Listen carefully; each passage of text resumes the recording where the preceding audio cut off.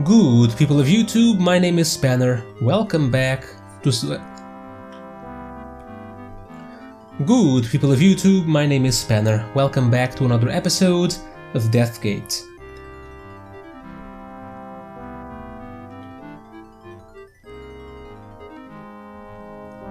Good people of YouTube, my name is Spanner.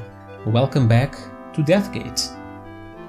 Okay, last time we robbed the Tower of the Brotherhood, and I don't think no one knows anything. And no one ever will, because the only witnesses that we were in the tower were the guards and Hugh the Hand, and they're now both in the Otherwhere, and the street rat now has the only object in the world that can break the spell. So that's nice. Okay, anyways, we are now back in Drevlin. And we have, well, first let's check out these items that we got. So we have the Book of Priyan. We got these from the Brotherhood's vault.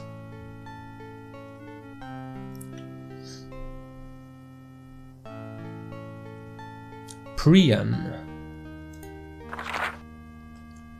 It is our hope that the reader has some acquaintance of the designs and motives of the plan, but should that not be so, we here offer a summary of events transpired, events in the making, and events still to come.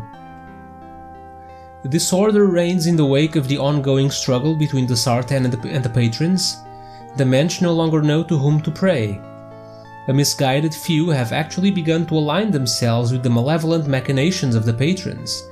If not for the Patryns' inherent distrust of alliance and the haphazard nature of their efforts, they might have already claimed victory. And yet the balance of power is shifting, and something must be done before the added support of millions of Mensch proves sufficient to grant the Patryns the mastery they so desperately crave. The plan was formulated by Council Leader Sama. Though controversial, it shows great potential for success. History will judge its efficacy. But, given Sama's influence with the Council, implementation of the plan seems a foregone conclusion. Sama's plan calls for the worlds to be sundered into 5 realms. 4 to bear the imprint of elements, 1 of air, 1 of fire, 1 of stone, 1 of water, and the 5th to constitute a supervisory station for the Sartan and a reformatory for the Patryns. The prison shall be named the Labyrinth. And woe to any consigned there. That much said, we must allow that the plan is not without flaw. The successful administering of these new realms will be contingent on our ability to manage the affairs of the Mensch. Millennia of wars, savagery, and racial intolerance have left them headstrong and unpredictable. But all previous attempts at direct intervention have only exacerbated the situation. It grows apparent that peace cannot be forced upon them, that they must arrive at peaceful solutions to their problems without outside interference. Consequently, we must temporarily remove ourselves from their affairs, though we remain steadfast in our belief that the challenges posed by new environments will enlighten the Mensch to the failings of their old ways. Each of the 4 realms will determine for itself when the 3 races of Mensch, elves, dwarves, and humans have achieved harmony. When that occurs, the Sartan will reveal themselves for the purpose of leading the Mensch into an even grander future. For it is then that the final phase of the plan will be initiated, the linking of the 4 realms via the Deathgate. The coupling is essential to the full working of the plan, for the realms are not designed to be either self-sufficient or self-determining. When a 4-fold unification of the Mensch realms has been realized, the High Council of the Sartan will re-enter the vortex, and the spell of the sundering will reach completion. We turn now to an analysis of one of the 4 elemental realms, the realm defined by fire, known henceforth as Priyan. Oh, so maybe we'll learn the new symbol to get there.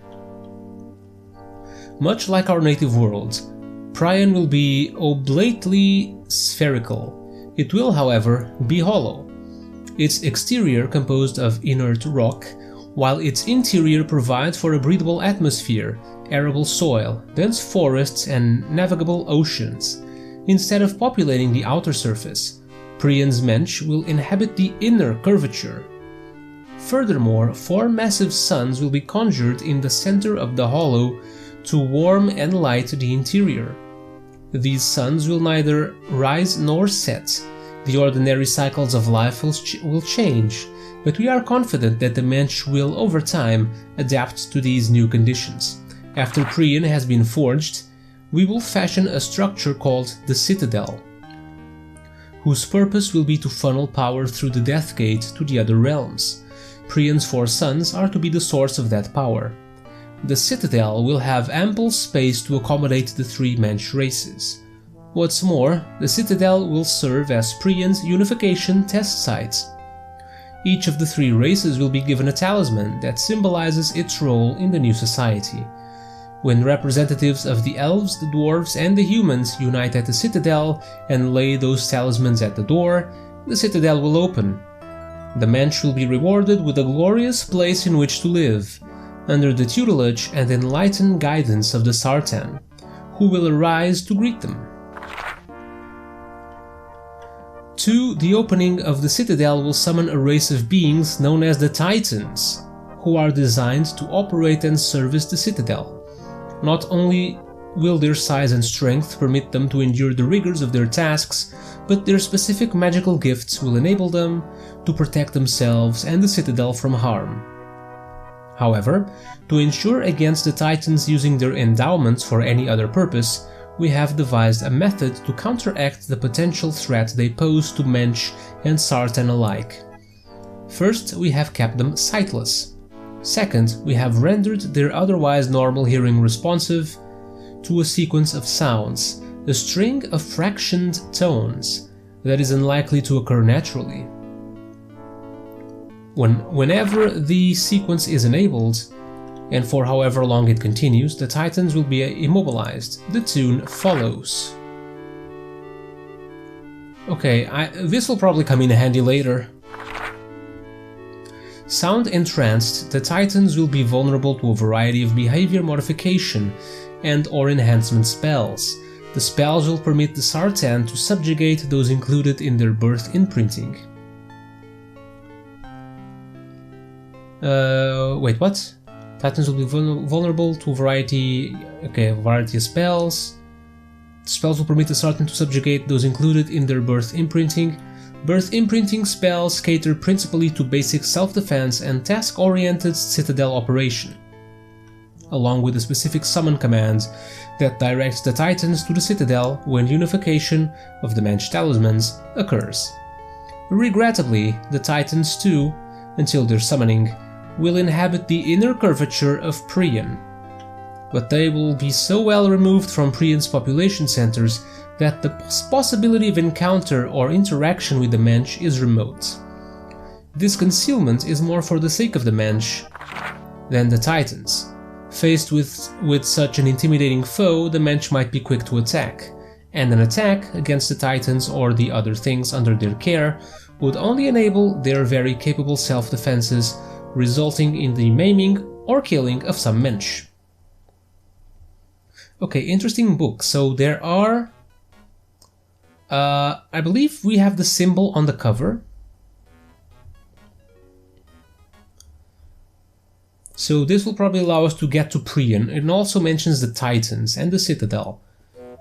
Something about 3 talismans and a way to defeat the Titans, and that they are sightless. So let's remember that.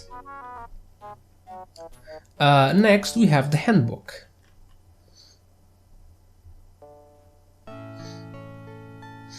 The Kixie-Winsy Handbook, just what we needed. The Kixie-Winsy. The Kixie-Winsy, as it is affectionately known by the dwarves who both named and maintain it, is a grand machine. At any instant in time, its size is unknown, because it grows and shrinks depending on its circumstances and needs. As an enhancement to its burrowing ability, it has been designed to occupy as much space as it requires. Therefore, it is conceivable that the machine could eventually claim the interior of the entire floating continent of Drevlin. The Kixi is virtually self-sustaining. It builds the necessary equipment, digs the appropriate tunnels, and mines whatever ores are needed to keep itself repaired and expanding. However, because it is possible that this machine will be functioning for thousands of years, and that unforeseen accidents could occur, dwarf workers have been posted to supervise its operations. While the Kixi is expanding, it follows certain rules. It creates specific types of rooms and workstations, and every few miles a control center. Normally, dwarves occupy the workstations throughout the machine to monitor it and perform small tasks. Foremen among the dwarves are assigned to the control rooms. In those rooms, an area's performance is continually updated and displayed on the control panel. Thus informed, the foreman can correctly direct the work of the other dwarves. The control center has a second function as well. Generally, the Kixi mines the ores that it requires. There may be times when a foreman decides that specific ores needed to repair the Kixi are not currently being mined. In that case, a foreman can direct the Kixi to modify, or more accurately, append to its behavior. Each control panel has a compartment specifically designed for such a situation. If a sample of the needed ore is placed inside the compartment, the Kixi will analyze it and dispatch a digger to mine the closest match. It will then deliver the ore to a processing point, so that the foreman can make use of it. Okay, so if we place a sample of the ore inside of the compartment, the Kixi will dispatch a digger. I think we can make use of this. Maybe place the symbol we have, the little metal we have with Oh wait. No, the symbol is in the Nexus City. Well,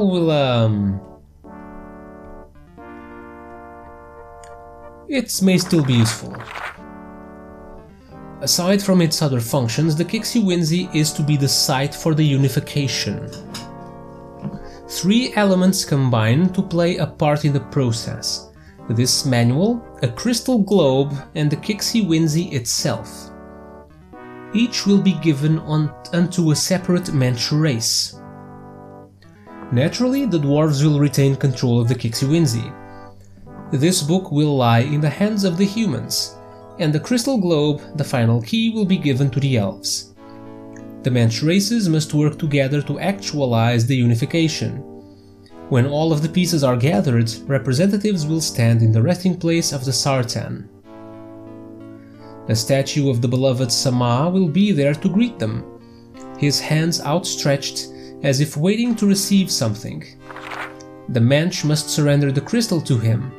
This action will awaken the sartan and summon the seal piece of Arianus, which will symbolize the start of Arianus' part in the plan. Okay, so a statue, place the crystal, and then we get the piece.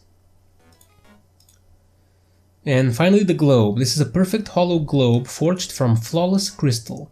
Undoubtedly its worth is incalculable for its craftsmanship alone, however it is also a sartan relic as well. Let's cast Identify, see if there's any magic in it.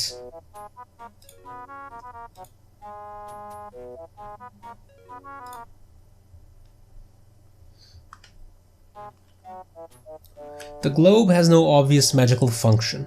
It's intended to act as part of the ritual to show that the Mensch have unified and to summon the sartan. So, are the sartan gone, waiting for the unification to begin or something? Maybe. Okay, so now we know what these are, so let's go speak with old Grapple here. Let's give him all the pipes. Oh, wait, I don't give him the pipes, I use the pipes. I'm supposed to repair this. Oh, it's a puzzle. Oh, goody.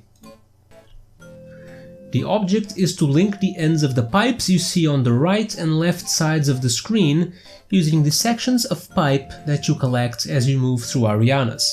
To select a section of pipe, click on it. To rotate the currently selection of clockwise, right arrow key or right mouse button, counterclockwise, and to flip. Okay.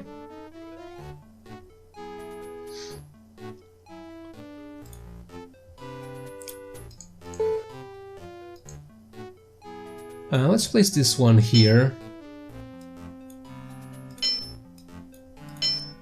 And maybe something like this. Wait, this doesn't work.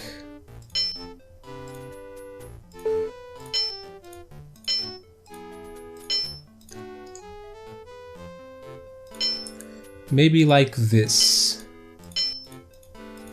No. Definitely not.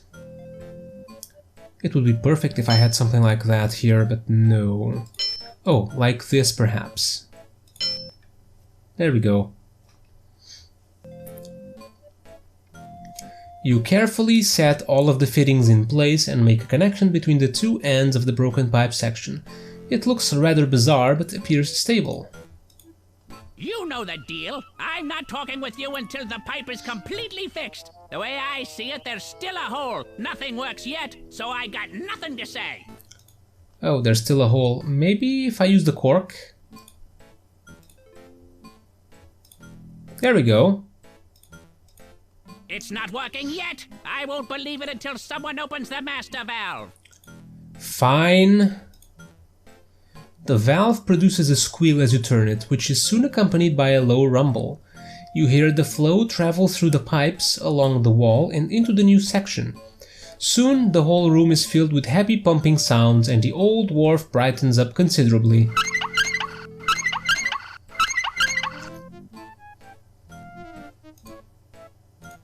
Now what do you want? Did you notice that the gods have left? I did hear some yelling and stomping, but I just screamed for those stoneheads to keep it down. Is that what the commotion was all about? Well, good riddance, I say. They were a no-good bunch of charlatans anyway.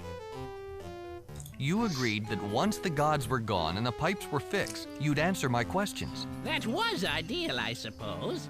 And since you did fix the Kixie Winsy, I guess I could spin a tale or two with you. What was it you wanted to know? I'm looking for a piece of the world seal. It's a hexagonal piece of metal with a symbol etched onto it. I thought you might know where I could find it. I don't remember any world seal. The only thing that comes close was a big statue I found years back in a chamber in one of the old tunnels.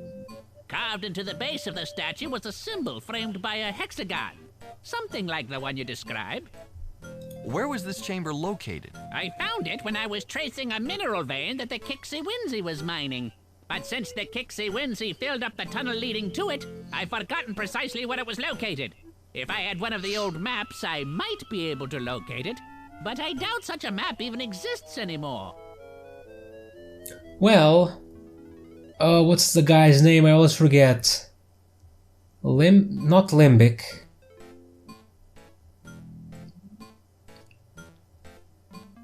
Larry. We'll call him Larry. The other dwarf with the beards. Well, if such a map did exist, probably the one he's using. That's a tough one. I suppose you might find one wherever you'd find any of the ancient documents, but nobody reads them anymore. The map could be anywhere, or it could have been destroyed. Those papers were pretty darn old. How old are you really? Old enough to recognize a smart-ass question when I hear one. What is it that the Kixie Winsy does exactly? Sonny, nobody knows exactly why the Kixie Winsy was created. A man just built it long ago, even before my time.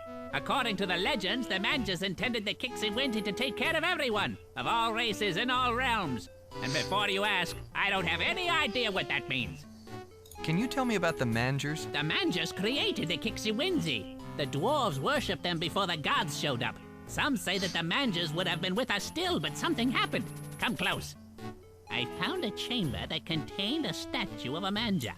It was surrounded by crystal blocks with big people in them, much like yourself. I tried but couldn't open the blocks. I think those people inside, they were mangers. So the mangers are the sartan. That's all. Thanks for the help. Yeah, sure. Okay, so map, documents. Limbeck, that's his name. Ah, my friend, have you heard? The gods are gone. Their glow disappeared, and my people rose up and cast them out. It was beautiful. Now, we must reorganize our lives. Many of us feel lost without the guidance of the gods. I believe it's my job to keep their morale up. I'm writing a speech about that now. You do like your speeches. That's nice. I'll leave you to your work.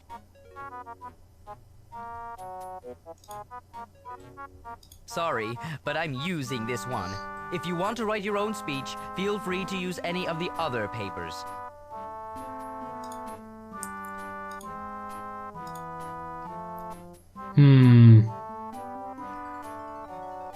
I can't read. This definitely looks like a map. Let's talk to Jar. Hello again. What would you like to talk about now? Have you noticed that the gods are gone? Know about it? Of course! It's the talk of Drevlin. Groppel's been telling all the children how he outsmarted them. We're lucky we've got such a wise dwarf with us. Wait a second. I'm the reason the gods are gone. I outsmarted them. Oh, I think Groppel mentioned that you had something to do with it. A small role, maybe. I'm sure he's very grateful for your help. Is there any way to talk Limbeck? Oh wait, I have an idea. He's working on. Oh, no. He never delivers a speech until he's absolutely finished with it. Considering how the work on this speech is going, he'll be at it for some time. He likes marmalade sandwiches. We gave him a perfect one. What if we give him... I believe Jar mentioned before that he always makes a mess if it has too much marmalade. So maybe that will work? No, I don't want to hear his speech. I want the paper it's on. I can't understand why you'd want the paper, but he'd never give it away now that he's worked so hard on that speech. I wouldn't know any way to convince him. Is there anything he wants? Maybe to trade for his speech? The only thing he's been asking for is some food. Maybe you could give him a marmalade sandwich? I don't think he'd give you his speech for it, though. Nice talking with you. I've got to go. Sure, I'll be here. Would you like this zinger? Now how am I supposed to reinstall it? Those poles are taller than the sky. The other zingers are doing the job fine. Better if you just keep it. Okay, let's take a bread slice. Now put some marmalade on the bread slice. Put some more. And put some more. The marmalade is overflowing. Perhaps you've added a bit too much. Drat! Now I'll have to start over. Without looking up, Limbeck accepts the bread and gobbles it down. The mountain of marmalade drips everywhere, even on the parchment before him. He throws the parchment to the side, selects another one from a nearby pile, and again begins to write.